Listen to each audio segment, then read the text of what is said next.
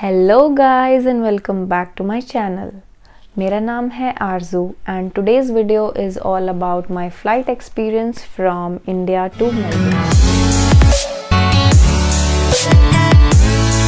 So guys, I am finally in Melbourne and let me tell you, it is like extremely beautiful. Plus ठंड बहुत ज़्यादा है, मतलब शायद मुझे बहुत लगती है इसलिए मैं बोल रही हूँ कि बहुत ज़्यादा है। यहाँ पे बहुत ठंडी हवाएं चलती हैं और बहुत ही अनसर्टेन वेदर है, क्योंकि मतलब ऐसा भी हो सकता है कि एक मिनट पहले पूरी धूप निकली हुई है और आपको गर्मी लगने लग जाएगी जैकेट में, and the second moment it can rain heavily. So बहुत वैरी करता है, जिसकी वजह से तबीयत ख़राब होने के चांसेस भी बहुत ज़्यादा हैं। मुझे भी टॉन्सिल्स हो गए थे द मोमेंट आई लैंडेड। जिस दिन मैं पहुंची उसकी नाइट में I had some throat issues because of climate change, so take care of that. So guys, ये था ब्रीफ अभी तक का, और इस वीडियो में मैं बताऊंगी कि how was my flight experience और कैसे कैसे क्या प्रोसीजर रहा, क्या डॉक्यूमेंट्स मैंने दिखाए, इमिग्रेशन वालों ने क्या पूछा, एंड बैगेज कैसे सबमिट हुआ, boarding pass and everything. So I will cover everything. जिनके भी जो डाउट्स थे वो इसमें सारे क्लियर कर दूंगी, सो डोंट वरी। सो गाइज, जैसा कि मैंने लास्ट वीडियो में बताया, I did not videograph everything guys. उसके दो रीजंस है। First thing, as I told that it was my first experience and I have to focus on the actual thing, and if you are videographing everything आप late भी हो सकते हो तो ठीक है। और दूसरी चीज़ ये थी कि there are some norms and you can not make a video of everything. वो लोग आपको उसी टाइम टोक देंगे that you can not make a video due to privacy concerns. So guys, मेरी फ़्लाइट थी एयर इंडिया 4 जून की। 1:15 उसका टाइम था आफ्टरनून। क्योंकि सुबह का टाइम था तो इतना लेट नहीं हुआ। मैं टाइम पे पहुंच गई थी, लेकिन एयरपोर्ट पे एंट्रेंस पे इतनी ज़्यादा भीड़ थी कि मैं क्या ही बताऊँ। 1 से लेके 5 गेट नंबर्स हैं, वो पूरे फुल होते हैं। तो मैंने वहाँ पे एक एयरपोर्ट के जो हेल्पर्स होते हैं उनसे पूछा कि मेरी एयर इंडिया की फ़्लाइट है और मैं मेलबर्न ट्रैवल कर रही हूँ। तो उन्होंने मुझे 6 या 7 गेट नंबर से एंटर करने के लिए बोला। So if you are travelling to a foreign country you should enter from gate number 6 और 7, क्योंकि वहाँ पे कम भीड़ होती है in comparison to other gates. तो ये चीज़ ध्यान रख लेना और 6 या 7 में से एंटर कर लेना। अंदर डोमेस्टिक और इंटरनेशनल का दोनों सेम होता है, यानी कि जहाँ पे आपको चेक इन बैग्स डलवाने हैं वो सबका सेम है। उसके बाद जब आप अंदर जाते हो कैबिन बैग की चेकिंग कराने और अपने गेट्स पे, वहाँ पे आप लोग बट जाते हो, यानी कि डोमेस्टिक वाला अलग एरिया से जाता है जहाँ पे डोमेस्टिक डिपार्चर लिखा होता है, और इंटरनेशनल वालों की एंट्री अलग होती है जहाँ पे इंटरनेशनल डिपार्चर लिखा होता है। ठीक है। तो अब जैसे ही मैं घुसी, मैंने एयर इंडिया का ढूंढा अपना लगेज चेक इन कराने के लिए। तो जैसे ही मैं गई, तो गाइज़ ये भी आप सभी को डाउट है, मैंने जो एयर इंडिया की फ़्लाइट की उसमें मुझे 30 kgs अलाउड था, लेकिन स्टूडेंट अलाउंस आपको 10 kgs का मिलता है। तो मैं 40 kgs लेके गई। लेकिन आप सभी के ये डाउट हैं कि 30 kgs सिर्फ एक ही बैग में डालना है क्या, और जो वो 10 एक्स्ट्रा है वो दूसरे बैग में डालना है। तो गाइज ऐसा कुछ नहीं है। मेरे पास 2 बड़े बड़े बैग्स हैं, जिसमें मैंने एक में 20 डाला था, दूसरे में 20 डाला था। तो आप ये भी कर सकते हो। तो पहले मैंने वो 2 लगेज बैग्स चेक करवाए और उनका वेट सही निकला। एक में 19 kgs 200 ग्राम्स कुछ था, और दूसरे में लाइक प्रॉपर 20 kgs था। तो वो तो उन्होंने ले लिया विदाउट आस्किंग एनी क्वेश्चंस। अब बात आती है कैबिन बैग्स की। तो गाइज, भ्रम में जीते हैं लोग। मैं भी भ्रम में जी रही थी और मैं अपने कैबिन बैग्स ठूस के ले गई थी। मतलब अलाउड होता है 8 kg का कैबिन बैग और 4 kg का लैपटॉप बैग। कितने बन गए टोटल? 12 kg, right guys. मेरे हो गए थे 19 kgs। तो अब आप ये सोच लो कि स्ट्रेस से मैं गई हूँ like in the very beginning of my journey. और वो बोले कि हम ये तो अलाउड नहीं करेंगे। तो उन्होंने बोला कि इसके एक्स्ट्रा चार्जेस हैं।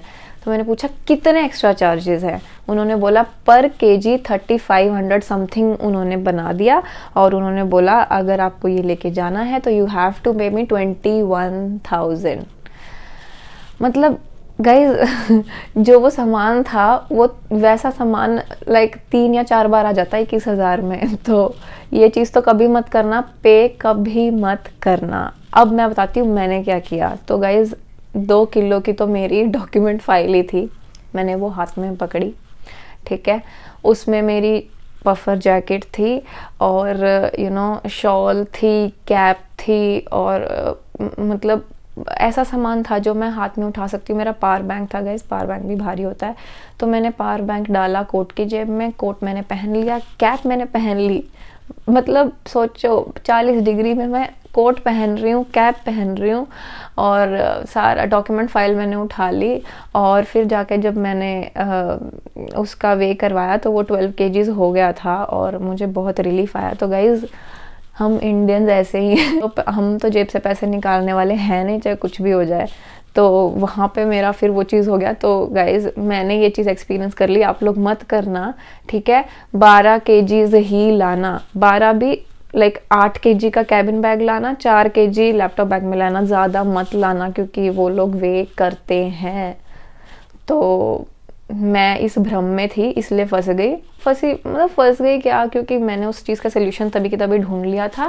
पैनिक मत होना और प्रेशर में आके पेमेंट मत कर देना, उसके सोल्यूशंस हैं, उसको पहन लो, ठीक है। जो भी सामान है पहन लो, हाथ में उठा लो, लेकिन हाँ आप 8 kg से ज़्यादा भी सामान ऐसे हाथ में नहीं उठा सकते, ठीक है। तो मुझे कुछ भी फेंकने की ज़रूरत नहीं पड़ी, मतलब मैंने उसको पूरा कर दिया था और फिर वो 12 kg का हो गया। फिर उसने बोला चलो ठीक है आप ये ले जाओ।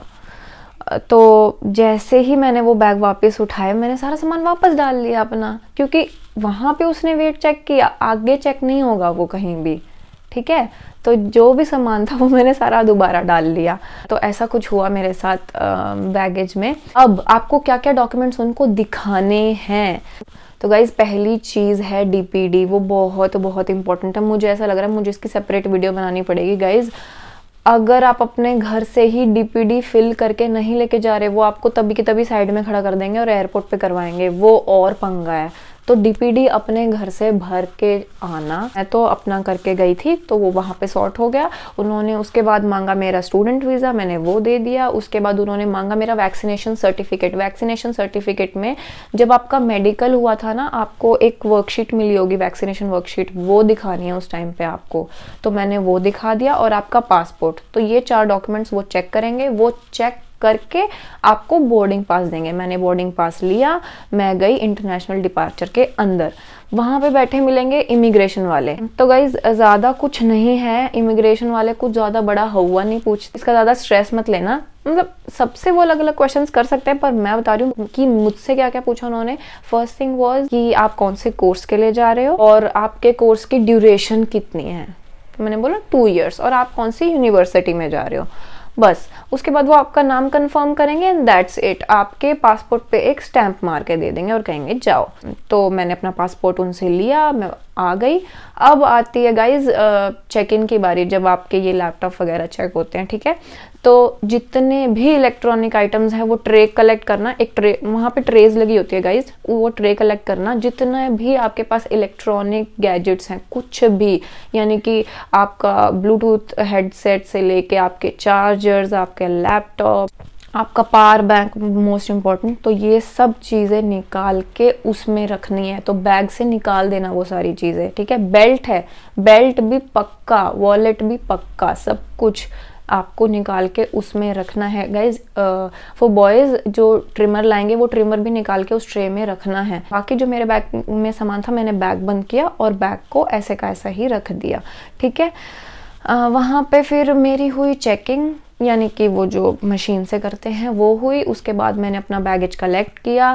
बैगेज कलेक्ट करने के बाद मैं पहुंची अपने बोर्डिंग गेट पे। गाइज हाँ, एक चीज़ का ध्यान रखना, मेरा बोर्डिंग गेट था 17 मेरे बोर्डिंग पास में, लेकिन अनाउंसमेंट ज़रूर सुना करो, क्योंकि उसी टाइम अनाउंसमेंट हुई कि एयर इंडिया की सो एंड सो फ्लाइट जो है वो 17 नंबर गेट से नहीं 21 नंबर से जाएगी। तो ऐसा बहुत बार होता है जब गेट्स चेंज होते हैं, तो अपने दिमाग और अपने कान और अपनी आंखें सारी चीज़ें खुली रखो, वहाँ पे जाके सुन मत होना, ठीक है। तो वहाँ पे गेट चेंज की अनाउंसमेंट हुई, फिर हम दूसरे गेट पे गए। सब कुछ बहुत टाइम से हुआ, 1 सेकंड का भी डिले नहीं था फ्लाइट में, और 1 घंटे पहले बोर्डिंग स्टार्ट हो गई थी। जैसे हमारी जो डोमेस्टिक फ़्लाइट्स होती है उसमें एक कंपार्टमेंट सा होता है, राइट, एक ही होता है, यहाँ पे सीट्स हैं, यहाँ पे बाथरूम, राइट। लेकिन जो इंटरनेशनल होती हैं उसमें वैसे 3 कंपार्टमेंट्स होते हैं। और डोमेस्टिक फ़्लाइट में ना जैसे सिर्फ 2 लाइंस होती हैं सीट्स की, राइट। इंटरनेशनल में 3 होती है, एक इधर, एक साइड में और एक बीच में, ठीक है। और आप कैबिन बैग जो है, अगर आपकी सीट के ऊपर वाला जो कैबिन है वो पूरा फिल हो चुका है तो आप कहीं और जगह ढूंढ के रख देना, ठीक है। और गर्ल्स के लिए जिनसे बैग नहीं उठ रहा, एयर होस्टेस से आप हेल्प ले सकते हो, वो आपकी हेल्प कर देंगे बैग रखवाने में, ठीक है, क्योंकि मैंने भी ली थी इसलिए बता रही हूँ। लास्ट वीडियो में जैसे मैंने दिखाया था, एंटरटेनमेंट की कमी नहीं है गाइज, आपको स्क्रीन सामने मिलेगी, उसमें आप अपने चॉइस का म्यूज़िक सुन सकते हो, न्यूज़ देख सकते हो, मूवीज़ देख सकते हो, Hindi, English, whatever language you want. उसके बाद गाइज 3 टाइम खाना मिला था। 3 टाइम खाना नहीं, मतलब ये लगा के चलो कि पहले उन्होंने दिए पीनट्स यानी कि मूंगफली। गाइज घर पे हम मूंगफली नहीं खाते, लेकिन उस टाइम ऐसा लग रहा था जैसे बादाम मिल गए, और मैंने तो तड़ातड़ वो 2 पैकेट ख़त्म कर दिए कैसे भी। उसके बाद आपको एक ड्रिंक भी मिलती है, आप कुछ भी ले सकते हो, I mean whatever choices they have. तो फैंटा ले लो, कोक ले लो, ऑरेंज जूस ले लो, चाय ले लो, कॉफ़ी ले लो, कुछ भी। तो मैंने ऑरेंज जूस ले लिया और वो 2 पैकेट ख़त्म कर दिए पीनट के। उसके बाद आपको 2 टाइम का खाना मिलेगा। एक बार चावल आए थे और पराठा आया था, दूसरी बार भी चावल सब्जी और पराठा आया था, लेकिन वैरायटी आएगी। और खाना बहुत अच्छा था, मतलब जैसे हम कहते हैं ना कि बाहर का खाना तो अच्छा नहीं होता, या पेट खराब हो गया, ये वो, घर जैसा खाना था, मतलब अच्छा खाना था। उस चीज़ के लिए मैं एयर इंडिया को 10 on 10 दूंगी। इनका जो सर्विसेज है, यानी एयर होस्टेस वगैरह, ये भी मतलब काफ़ी रिस्पॉन्सिव होते हैं, दे आर एक्सट्रीमली पोलाइट। तो आपको कुछ भी हेल्प चाहिए आप उनसे कह सकते हो। और the people who are not comfortable with English, Air India का स्टाफ हिंदी में बात करता है। अगर आप ऑस्ट्रेलिया भी उतर रहे हो तब भी you can talk to them in Hindi, so don't worry about that. वो आपके सारे कंसर्न सुनेंगे and they will come up with a solution. Also अगर किसी को थोड़ा सा प्रॉब्लम हो रहा है, बुखार फील हो रहा है, सिर दर्द फील हो रहा है, दे हैव मेडिसिन, तो आप उनको मेडिसिन भी पूछ सकते हो, वो लोग आपको मेडिसिन देंगे। अगर आपको कुछ भी खाने का मन कर रहा है या आपको भूख लगे एकदम से, तो आप मतलब उनके पास कभी भी जा सकते हो उठ के, और उनको you can ask them to give you something to eat, ठीक है। तो वो भी देंगे, पानी मांग लो, कुछ भी मांग लो, खाना मांग लो, वो आपको सब कुछ दे देंगे। एक एडवाइस गाइज, मैं भी पजामा पहन के गई थी, आप लोग भी कंफर्टेबल क्लोथ्स पहन के जाना। I know like international flight है, आपको अपना बेस्ट ड्रेस होना and all that, but guys comfort से बड़ी कोई चीज़ नहीं है, क्योंकि जर्नी बहुत लंबी है, कमर अकड़ जाएगी, ठीक है। तो जीन्स वगैरह तो नहीं चलेगी, बहुत दुखी हो जाओगे। तो ये चीज़ तो मैंने पहले ही सोच रखी थी कि मैं तो जीन्स नहीं पहन के जाने वाली, या कुछ भी ऐसा टाइट नहीं पहन के जाने वाली जिसको मुझे ना निकालने का मन करे। सो मैं तो सब कुछ लाइक खुला पहन के गई थी, अ शर्ट एंड ट्राउजर्स लाइक खुले वाले। तो गाइज ये चीज़ कंसिडर कर लेना, और कुछ कंफर्टेबल पहन के जाना जिसमें आप बहुत घंटे बैठ सको। मतलब जिनका लेओवर होता है उनको भी मैं ये चीज़ सजेस्ट करूँगी कि कंफर्टेबल कपड़े पहन के जाना, टाइट जीन्स वगैरह ऑल वो सब पहनने की ज़रूरत नहीं है। तो गाइज 12 घंटे की फ़्लाइट थी, 12 से ज़्यादा ही लगा लो, और ऐसा लग रहा था जैसे 2 दिन से फ्लाइट में बैठी हूँ, लाइक बहुत लंबा सफ़र हो गया था।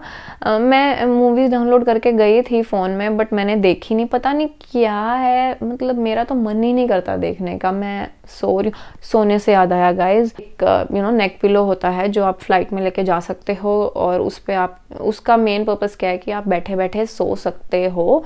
तो गाइज वो पक्का ले लेना, मेरे पास मैं तो लेके आ गई थी 1 दिन पहले, वो पक्का ले लेना। अगर वो नहीं लिया ना, मतलब मैं आपको सही बता रही हूँ, सर्वाइकल होके उठोगे क्योंकि वो इतना यूज़फुल है, उसको आप नेक में पहन लो और ऐसे रख के सो जाओ, तो कोई भी दर्द नहीं, मुझे भी कोई दर्द नहीं हुआ, ठीक है। एयर इंडिया चद्दर प्रोवाइड करती है और एक पिल्लो सा भी प्रोवाइड करती है इतने साइज़ का, तो उसको पीछे लगा लेना। और ठंड भी होती है फ्लाइट में, तो वो चद्दर भी ओढ़ने के काम आ जाएगी। जो स्क्रीन्स लगी होती हैं आपके सामने, उसमें आप आपको लाइक हर एक अपडेट मिलती है, आपको उसमें मैप मिलता है, आप ये चेक कर सकते हो कि आप कहाँ पहुँच गए, बाहर क्या टेम्परेचर है, मेलबर्न में क्या टाइम हो रहा है, इंडिया में क्या टाइम हो रहा है, कितने बजे तक फ़्लाइट पहुँच जाएगी, सब कुछ, हर चीज़ आपको उसमें देखने को मिल जाएगी, कहाँ पहुँच गए और कितना टाइम बचा है एंड ऑल दैट सब कुछ। तो आप उसमें वो भी देख सकते हो। तो जैसे ही हम पहुँचने वाले थे वो आपको एक डिक्लेरेशन फॉर्म देंगे, ठीक है। वो डिक्लेरेशन फॉर्म आपने बहुत ध्यान से फिल करना है, वो बहुत इम्पॉर्टेंट है क्योंकि वो एक ऐसी चीज़ है जो आपको उतरते ही काम आएगी और उसी से आपको वो बैगेज आपका लेने देंगे। अब उस डिक्लेरेशन फॉर्म में क्या क्या होता है guys? Declaration form is nothing but आपको कौन लेने आ रहा है, आपका जहाँ जिस एड्रेस पे भी आप जा रहे हो उनका एड्रेस, जो आपको लेने आ रहा है उनका फ़ोन नंबर, और जो भी आपका गार्डियन है यहाँ पे या हु एवर इज़ कमिंग, कोई भी आ रहा है उनका नाम, उनकी ईमेल एड्रेस, वो सब। सेकंड चीज़ आती है आपके पास जो आपके पास सामान है उसमें क्या क्या चीज़ें हैं। तो there are set of questions. अगर आपके पास वो पर्टिकुलर सामान है जो उस क्वेश्चन में मेंशन्ड है तो आपको येस करना है, और अगर वो आप नहीं लाए तो नो करना है, ठीक है। अगर आप अनश्योर हो कि आपके पास ये चीज़ है या नहीं है, मतलब इसमें येस लिखूं या नो लिखूं, तो गाइज येस लिख देना, ठीक है। क्योंकि अगर बाय चांस आपने नो कर दिया और अनलकीली आपका बैग उन्होंने खुलवा लिया और वो सेम चीज़ मिल गई, गाइस पेनल्टी है, पेनल्टी भी लग सकती है, आपको वापस भगा भी सकते हैं, ठीक है। इतना सीवियर होता है, तो ये चीज़ बहुत ध्यान से करना। नहीं पता, कुछ भी नहीं पता, यस कर दो, ठीक है। अब मैं बताती हूँ मैंने किस किस में यस किया था। फर्स्ट था मेडिसिन, फर्स्ट क्वेश्चन होता है मेडिसिन वाला, उसमें वो आपसे पूछते हैं कि मेडिसिन लाए कि नहीं, तो उसमें मैंने यस किया था। प्रिस्क्रिप्शन बहुत इंपॉर्टेंट है गाइस, प्रिस्क्रिप्शन के बिना मेडिसिन लाना ही मत, ठीक है। 7th नंबर पे था, मतलब बहुत सारे चीज़ें पूछी हुई थी, लास्ट में लिखा था वुडन आर्टिकल, तो गाइस वुडन में मैं वो बेलन लाई हूँ, वो वुड का है, राइट, तो उसमें भी मैंने यस किया था। और एक नीचे था कि मतलब जैसे जूते होते हैं उनके नीचे मिट्टी तो नहीं लगी हुई, ठीक है। तो अब मैं ये श्योर नहीं थी कि कितनी क्वांटिटी की मिट्टी पूछ रहे हैं वो, क्योंकि अगर आप कोई ऐसा जूता ला रहे हो जो आपने पहन रखा है इंडिया में, तो अब आप उसको वापस से पूरा रगड़ रगड़ के बिल्कुल सारी मिट्टी तो नहीं उतार के ला रहे ना, कुछ तो लगा मिलेगा। तो शूज़ तो नहीं थे, लेकिन जो सैंडल्स थे मेरे उस पे तो नीचे लगा हुआ है क्योंकि वो तो मैंने वहाँ पे पहने हैं। तो आई वॉज अनश्योर कि कितनी मिट्टी, क्या क्वांटिटी की बात करें, तो मैंने वो येस कर दिया। मैंने कहा फालतू में यहाँ पे नो कर दूंगी, और वहाँ पे जब खुलवा लिया और बोल दिया कि ये देखो ये रहा 1 मॉलिक्यूल ऑफ मिट्टी, तो मैंने कहा भाई मैं तो रिस्क नहीं लेने वाली, तो मैंने उसको येस कर दिया। पर गाइज उसको येस नहीं करना, येस उस केस में करना है बिल्कुल कीचड़ में नीचे से लिपटा हुआ है, मतलब बहुत ज़्यादा कीचड़ लगा हुआ है अगर उन जूतों पे, जो कि नहीं लगा होता ऑब्वियसली, हम बहुत ज़्यादा कीचड़ लगा हुआ जूता तो मतलब अपने बैग में रखने नहीं वाले है ना, तो उसको करने की ज़रूरत नहीं है। पर मैंने कर दिया था क्योंकि आई वॉज अनश्योर। तो फिर जैसे ही मैं उतरी वहाँ पे, फिर वहीं इमिग्रेशन वाली लाइन दोबारा शुरू हो गई। तो वहाँ पे गाइज हर जगह गोरे ही गोरे दिख रहे थे, बट ठीक है। तो उन्होंने मुझसे फर्स्ट क्वेश्चन पूछा कि उन्होंने सबसे पहले मुझसे क्या मांगा पता है, पासपोर्ट और वो डिक्लेरेशन फॉर्म। तो मैंने पासपोर्ट पकड़ा दिया, डिक्लेरेशन फॉर्म पकड़ा दिया। डिक्लेरेशन फॉर्म उन्होंने देखा, फर्स्ट क्वेश्चन पूछा कि आपने टिक किया है कि that you have bought medicine and all, so did you bring prescription, I said yes. उसके बाद उन्होंने पूछा कि कितने टाइम तक की मेडिसिन है। तो गाइज 3 महीने से ज़्यादा तक की मत बोलना, 2 महीने, 1.5 महीने, 2.5 महीने बोल देना बस, ठीक है। तो ये चीज़ पूछेंगे, वो कहेंगे ओके, कुछ साइन सा करके आपको पकड़ा देंगे, बोलेंगे गेट नंबर उस पे जाओ। तो मेरे को बोला गेट नंबर 2 पे जाओ, तो मैं तो चली गई। जाने के बाद वो जो 2 चीज़ें और मैंने येस करी थी, एक तो वुडन आर्टिकल किया था, दूसरा मैंने वो सॉइल वाला किया था, याद है। मैं उधर गई, उसने मुझसे पूछा कि व्हाट इज़ इट, लाइक आप क्या लाए हो। तो मैंने बोला कि it's a rolling pin, we use it to make chapatis and all. So she was like oh okay okay. और उसके बाद वो मुझे पूछ रही है कि मतलब ये पूरा पॉलिश्ड है ना, लाइक रॉ तो नहीं है, ऐसा कुछ करके। तो मैंने बोला नहीं, लाइक पूरा पॉलिश्ड एंड ऑल है। So she was like okay. उसके बाद उन्होंने वो सॉइल वाला पूछा, तो मैंने बोला I wasn't sure that you know I have to take it or not, because I have bought shoes that I have used before, so that is the reason that you know I've put a tick mark. So she was like okay, and फिर उन्होंने कहा या you are good to go, declaration उसने अपने पास ही रख लिया। मैं बाहर आ गई वहाँ से। गाइस अंदर तो बहुत सही गर्मी थी, उन्होंने सही टेम्परेचर मेंटेन किया हुआ था। मैं बाहर निकली वहाँ पे इतनी ठंड, मैं क्या बताऊँ, हे भगवान। मैंने तो ना जैसे ही निकली, मतलब जैकेट तो मैंने पहले फंसा ली थी क्योंकि आई वॉज प्रिपेयर्ड कि हाँ ठंड तो होनी है, पर फिर तो मैंने शॉल निकाली मोटे वाली, वो ओढ़ी, ऊपर से कैप लगाई। ओह गॉड। फिर यहाँ पे हमारे एक रिलेटिव रहते हैं, तो वो मुझे पिक करने आ गए थे। मैं कार में बैठी और मैं घर आ गई, और अभी भी मैं उनके घर पे हूँ। तो जो लोग भी अभी अकोमोडेशन का पूछ रहे, गाइज अभी रुको, क्योंकि I am still on my house Hunt. किसी को कोई आइडिया है, कुछ है तो गाइज हेल्प कर दो प्लीज़, अकोमोडेशन मुझे चाहिए। मैं भी ढूंढ ही रही हूँ, और you know like her time वही चल रहा है अभी। सो यस, अगर कोई भी इस चीज़ में हेल्प कर सकता है, if you have any leads please do let me know. या फिर अगर कोई है who is from Australia, and I prefer a female, so if you are interested, you can write me on my Instagram arzu_gaur_. accommodation का पूरा अलग video बनाऊंगी, ठीक है, so don't worry about that, बहुत जल्दी आएगी वो वीडियो भी। चलो देन मिलते हैं हमारी नेक्स्ट वीडियो में। so here is your भारतीय नारी ऑस्ट्रेलिया पधारी signing off. Bye bye and take care.